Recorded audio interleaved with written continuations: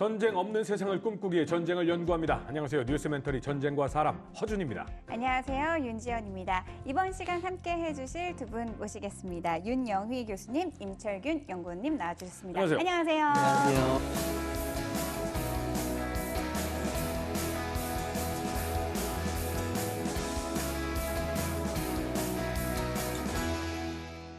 저희 뉴스멘터리 전쟁과 사람에 윤영휘 교수님이 처음 나와주셨어요. 네, 반갑습니다. 간단하게 소개 좀 부탁드리겠습니다. 네, 안녕하세요. 저는 경북대학교 사학과에서 서양사를 가르치고 있는 윤영희입니다. 반갑습니다. 사실 서양사라고는 하지만 윤영휘 교수님이 군사사에 굉장히 관심이 많으시고 또 네. 전공 분야도 그쪽이시잖아요. 네, 그렇죠. 네, 그래서 네. 아마 저희 방송과 딱 어울리는 교수님이 맞아요. 아닐까. 그래서 굉장히 어렵게 모셨습니다. 오늘 윤영휘 교수님과 함께 영미전쟁, 미영전쟁에 대해서 또 이야기를 나눠볼 텐데 굉장히 기대가 됩니다. 그럼 일단 먼저 국제정세에 관해서 좀 살펴봐야 할 텐데 이때 당시에 유럽은 어떤 분위기였나요? 네, 1812년에 전쟁이 일어나잖아요. 유럽은 말 그대로 전쟁으로 정말 정신이 없던 때였습니다. 사실 1792년부터 이제 프랑스 혁명 정부와 유럽의 주요 강대국들이 전쟁을 시작한 이후 전쟁이 끊인 적이 없었는데요. 특히나 이때 1808년부터 영국은 그 이베리아 반도에서 그것을 누가 차지하는가, 스페인을 또 어느 쪽으로 붙게 하는가 문제로 프랑스와 아주 치열한 전쟁을 벌이고 있었습니다. 그래서 유럽 곳곳에 영국군이 있지만 특히 주력 부대가 이베리아 반도에 이베리아 반도에 파견되어 있어서 상당히 어려운 그런 시기를 보내고 있었습니다. 더군다나 이제 1812년 6월 18일에 이제 영미 전쟁이 시작이 되는데요. 그 직후였던 1812년 6월 24일부터 어떤 일이 벌어지는가? 바로 나폴레옹이 이제 러시아를 침공을 합니다. 한마디로 영국은 정말 유럽 문제 때문에 정신이 없었다. 그렇게 얘기를 드릴 수 있을 것 같아요. 미국은 예전부터 이 주 단위가 사실은 국가고 그 국가를 연합을 해서 만든 국가잖아요. 그래서 무조건 주의 자유가 우선이다. 아니다. 우리는 통합이 우선이다. 이게 건국의 아버지들 때부터 싸워왔던 내용이잖아요. 미국도 내부적으로는 굉장히 소용돌이를 많이 겪고 있는 상황이었는데 지금의 미국을 생각하면 사실은 내부 문제는 아무것도 아니죠. 아니 왜냐면 세계 경제 국가가 됐으니까. 근데 이때는 아니었던 거죠. 굉장히 복잡했던 시기였던 거죠. 정치 투쟁이 굉장히 극렬하게 일어났던 시기였습니다. 당시 미국이 누구한테 독립을 했죠? 영국. 영국이죠. 근데 지금 정부가 친영국적인 정책을 펼치면은 국민들의 입장과 이걸 반대하는 반대당의 입장에서는 굉장히 좋은 먹잇감이 되겠죠. 네. 그래서 반영, 극영 이거를 이제 선동을 하는 여러 가지 시위들이 벌어지고 결국은 1800년 선거에서 연방당이 패배합니다. 정권이 넘어갑니다. 그래서 반대 세력이었던 민주공화당이 집권을 하거든요. 집권하자마자 그 앞전에 연방당이 해왔던 모든 정책을 뒤집어 엎어버리기 시작합니다. 그래서 토마스 제퍼슨이 우리는 최대한의 긴축을 할 것이다 라고 긴축을 선언을 해요. 그러면서 1802년부터는 유권자들의 환심을 사기 위해서 국내 세금을 철폐합니다. 와, 그럼 엄청나죠? 행복하다. 그렇죠? 근데 그러면 어디서 해결해요? 그러니까요. 네. 세수가 줄어들었잖아요. 네. 뭐부터 줄여야 될 것 같아요? 군대. 그렇죠. 그래서 국방비를 줄이기 시작합니다. 위험한데. 그래서 1802년까지 5,400명의 정규군 병력을 만들었다고 했잖아요. 이게 3,300명으로 급감하면서 이 과정에서 유능한 장교 다수가 전역을 합니다. 지금 미국은 굉장히 국방비를 많이 줄였단 말이죠. 이거 문제가 발생할 것 같은데 그 주변에 호시탐탐 이거 눈여겨보는 국가도 있지 않았겠습니까? 미국이 중립국의 지위를 유지하면서 영국과 프랑스가 둘이 전쟁을 하고 있는데 거기에다 계속 무역을 하면서 자기들은 돈을 벌고 있었단 말이죠. 그런데 이거를 곱게 볼 리가 없죠. 그래서 영국이 1805년부로 적에게 수출하는 상선을 다 납포하겠다라고 하면서 미국의 선박들을 납포하기 시작해요. 건보트로 방어해야지. 거기까지 못 가니까 좀 문제죠. 납포하기 시작하니까 당연히 여기서는 보험료 같은 게 뛰겠죠. 그 상황에서 1806년 5월부터 영국이 북유럽 전체를 대상으로 북유럽을 봉쇄하겠다는 폭스 봉쇄령을 발표를 합니다. 이제부터는 진짜 무역이 힘들어지기 시작하는 거예요. 내외부로 흔들흔들 하잖아요. 이렇게 시끄러울 때는 보통 외부를 때리는 게 특효약이죠. 그래서 민주공화당 의원들이 또 반영 카드를 들고 나옵니다. 네. 그래서 영국에 대한 어떤 투쟁, 영국과 전쟁을 해야 된다. 캐나다를 우리가 확보해야 된다. 라는 걸 막 선동을 하기 시작합니다. 이게 다 영국 때문입니다. 이렇게. 네. 그래서 민주공화당 내에 있던 전쟁 매파들이 그거를 강력하게 드라이브를 걸고 대통령까지 나서서 전쟁을 선포하게 되는 겁니다. 근데 이야기를 듣다 보니까 그때도 지금도 참 무역이 전쟁의 원인이 되고 있다라는 게 돈이에요. 그러다가 왜 이 문제가 심각해지냐면 1807년에 나폴레옹이 그 영국과 두 번의 큰 전쟁을 벌였는데 하나가 아우스테리츠 전투고 육지에서는 또 하나가 이제 그 유명한 트라발카 해전이죠. 육지에서는 이겼는데 트라발카에서 대패를 합니다. 그리고 영국을 해상은 이길 방법이 없다는 걸 깨달아요. 정말 장국 끝에 악수인데 바로 대륙 봉쇄령이라는 걸 내리죠. 그것도 영국도 대응을 해야 되지 않습니까? 그래서 영국은 해상 봉쇄를 합니다. 사실 나폴레옹의 대륙 봉쇄보다 해상 봉쇄가 훨씬 더 효과적이었습니다. 왜냐하면 영국은 해군력이 강했기 때문에. 그래서 사실 그전에도 프랑스 해안을 사실상 주요 항구들을 봉쇄하고 있었고요.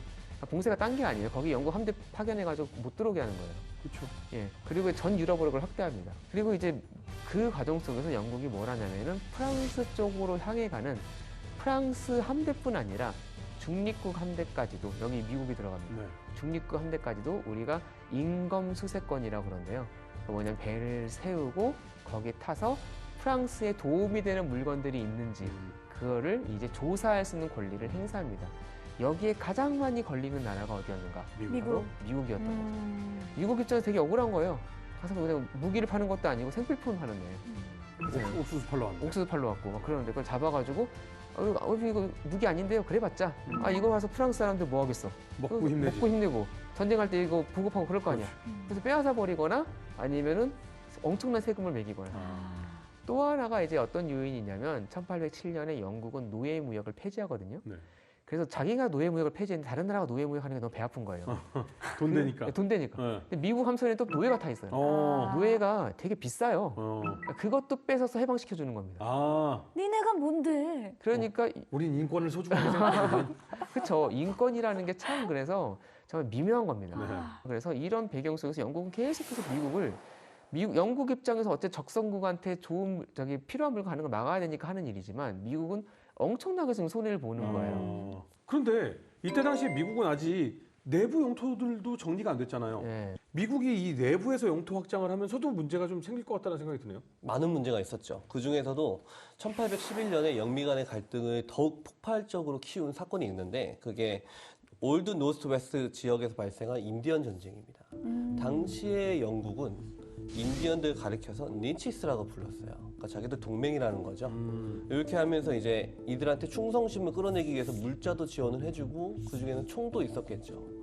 그러면서 이제 장차 혹시 모를 미국과의 전쟁을 대비하기 위해서 인디언 동맹들을 늘려가고 있었어요.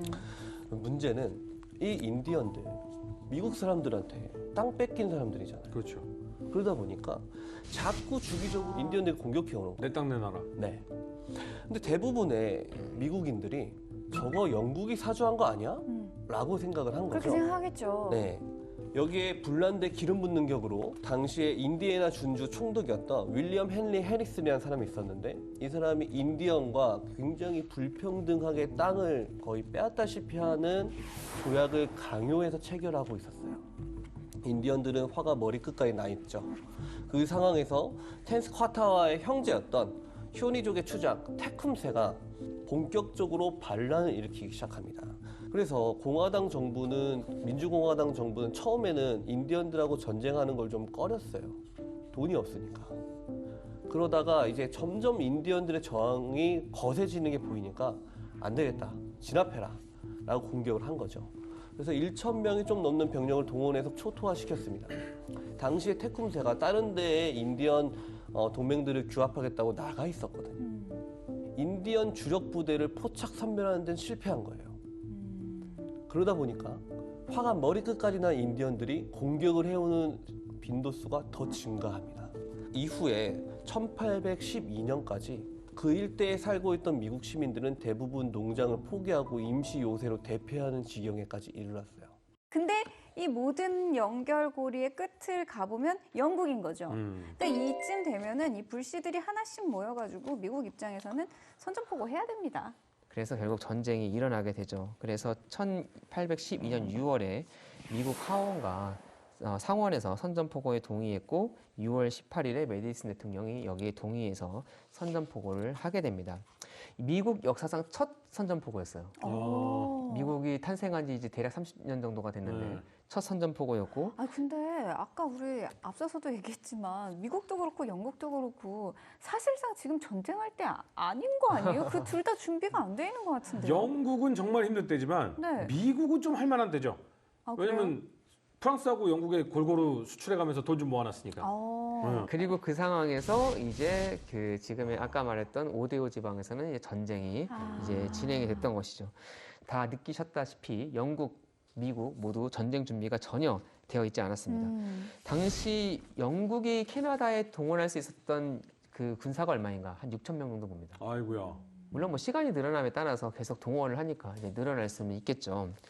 그래서 이제 당시도 미국은 어떤 전쟁 계획을 갖고 있었냐면 자기들이 이제 캐나다를 미리 점령하면 자기들이 파악한 바로 지금 여기 영국 병력이 별로 없으니까 캐나다를 빨리 점령하면은 상당히 유리한 조건에서 그렇죠. 이제 영국은 상륙 작전을 해야 되니까. 영국도 여력이 없으니까 유리한 조건에서 전쟁을 마무리할 수 있겠다라고 생각하는 정도였고 당시 이제 미국이 동원할 수 있었던 병력을 처음에 전쟁 초기엔 한 12,000명 정도로 파악을 합니다.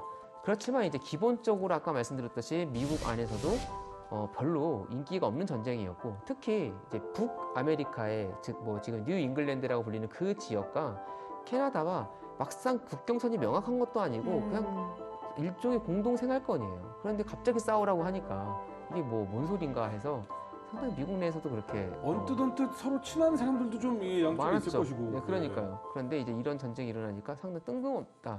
내지는 좀 왜 이러지 하는 그런 분위기도 있었습니다. 아니, 그렇다면 이제 양국 군대 내부 상황은 어떤가요? 교수님께서 전쟁 준비 전혀 안 돼 있었다고 지적하셨잖아요.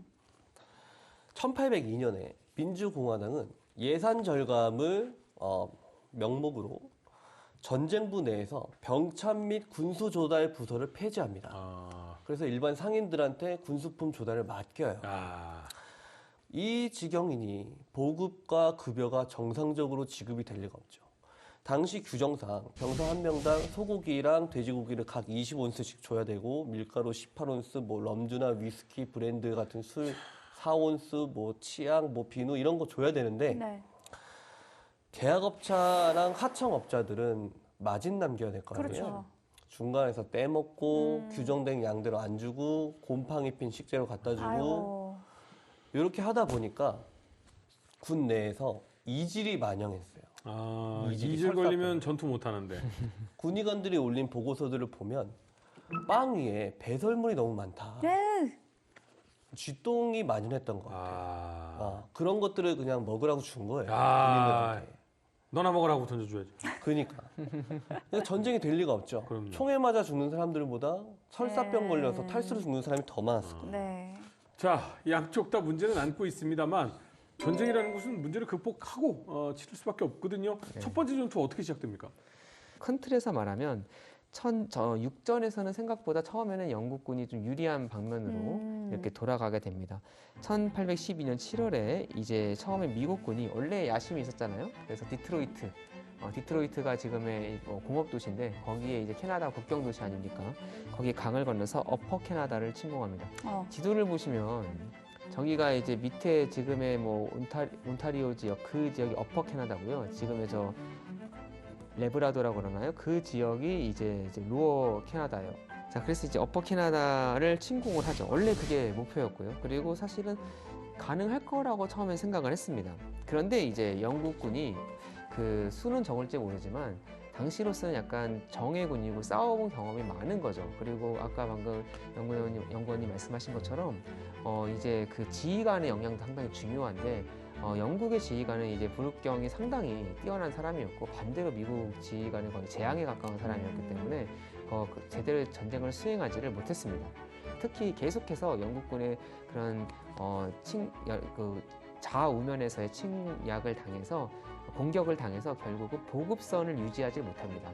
그래서 결국은 처음에 공격은 실패로 끝나고 그 다음에 이제 다시 반격이 시작됩니다. 캐나다에 있었던 영국군 사령관 아이작 브룩이 미국의 선전포고를 듣고 이제 휴런호를 넘어오죠. 그리고 이제 미국의 요새들을 점령하고 드디어 이제 디트로이트까지 공격을 하게 됩니다. 디트로이트는 미국 입장은 상당히 중요한 국경 도시인데 결국 영국군에 버티지 못하고 8월 16일에 항복을 하게 됩니다. 전쟁이 일어난 지 이제 2달 정도 됐는데 이제 주요 도시를 이제 함락을 당한 거죠. 여기다가 문제가 하나 더 있었습니다. 그 윌리엄 헐 장군이 출격을 할 때 원래 한 6,000명 정도 이끌고 출격을 하려고 했어요. 이 민병대들이 미국 땅을 벗어나지 않기를 희망한 거예요. 그래 본 적이 없죠. 네. 그러니까 나는 안 갈래 하고 민병대가 뒤로 빠져버리니까 무서워, 캐나다는 싫어. 4,000명 끌고 갔다가 이제 병력이 적으니까 보급로 확보도 안 되고 다 절단돼서 포위 선멸된 거죠. 그러니까 아직 내 주, 우리 고향을 넘어 미국이란 나라를 싸워간다는 개념이 아직은 그렇죠, 그게 그렇죠. 없었던 거예요. 다음 이야기. 호기로운 선전포고와 달리 주요 거점을 빼앗긴 미국은 상황을 반전시킬 1.25 전투에 나선다. 반영 감정으로 하나 된 미국은 1.25와 템스에서 대승을 거두며 캐나다를 향해 전진한다. 그러나 1814년 나폴레옹의 몰락으로 영국은 아메리카에 더 많은 병력을 투입하게 된다. 새롭게 투입된 영국의 병력은 미국의 예상과 달리 미국의 수도 워싱턴으로 진격한다. 결정을 향해 가던 미영 전쟁의 향방은 결전지 뉴올리언스로 향하게 되는데 무역 분쟁이 전면전으로 미영 전쟁 2부 많은 시청 바랍니다.